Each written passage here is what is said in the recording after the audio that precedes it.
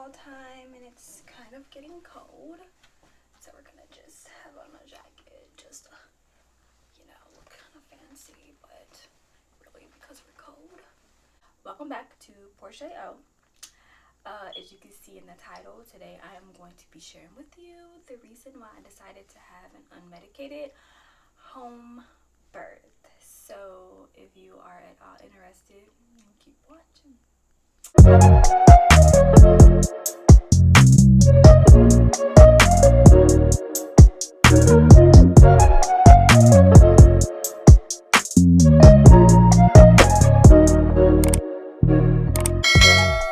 Okay, so there's a few reasons why I decided to have a home birth and an unmedicated birth. So, for starters, for years, for centuries, for generations, for decades, we all know that there has been a huge gap between black and white and male and female. So, already off rip, I got two strikes. I'm a female and I'm black. People are gonna automatically assume that I don't know anything.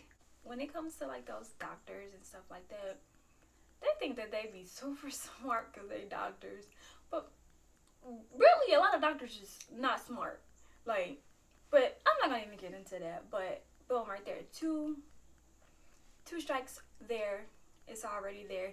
So knowing that and being a black woman in this country, I have experienced racism at its finest, and I have witnessed people of different races being treated differently in the same situation. And I have also experienced that myself. So I already know. I'm not about to get into that. I know that being pregnant for my first time, and even if it wasn't my first time, I wouldn't want to experience it, but I know that while I'm pregnant and when I'm bringing my child into this world, that I want it to be a peaceful, calm, memorable experience, beautiful experience. So that being in the hospital, and I've seen videos, I've read articles, I've seen Facebook lives and stuff of women just having the worst labor and delivery experiences with doctors in the hospitals and the nurses. It's ridiculous and it's really sad, and I just don't want that to be an experience for me. I automatically eliminated a hospital birth. That was never even an option for me. No, that wasn't about to be something that I was going to even subject myself to, and just the way that they do stuff at the hospital, I'm just not really down with that. And I knew that it was really important for me to have a black birth team. It's just, we all have our preferences, and that was just a preference that I had. And it's no offense to anybody, it's just my preference. And for anybody who chooses to have a hospital birth, that I support your decision to have a hospital birth. I'm not saying that my decision is better than your decision. I'm just saying that for me, what works for me is me, and what works for you is you. So I support other people. I'm not knocking nobody else. Difference in medical and prenatal care when it comes to African American women and other ethnicities of women. The second thing is, years ago, we didn't have the internet. So we was doing what we saw other generations doing. We was doing what we saw our grandmas do, our moms, our aunts, our older cousins.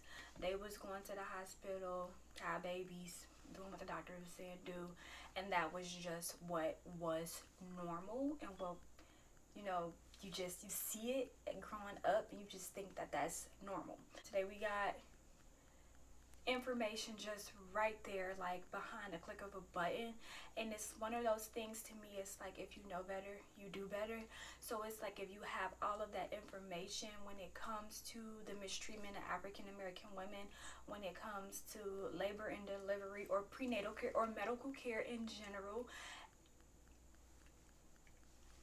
especially when you can see other people telling their experiences and like just having these medical emergencies that really are unnecessary, and they're like higher in African American women, but it's like unneeded.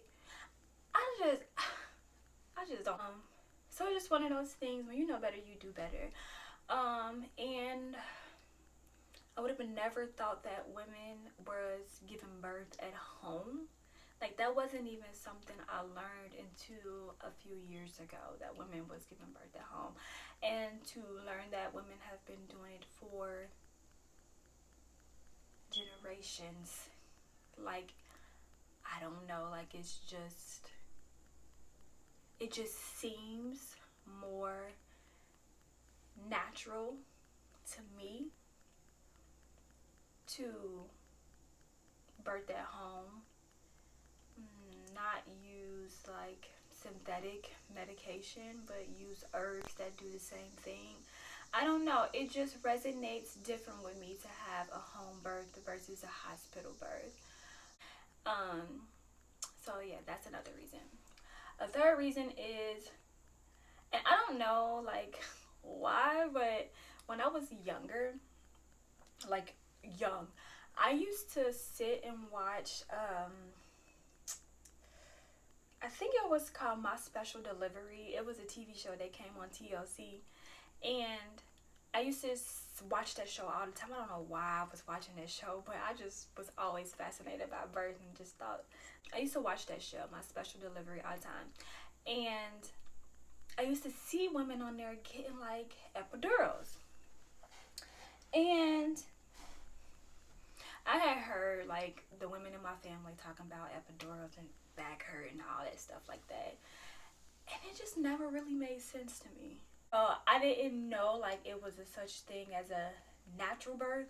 I just thought everybody was just getting epidural, like that was just a part of having a baby, was just getting the epidural, like that was just normal. I just always thought it was normal.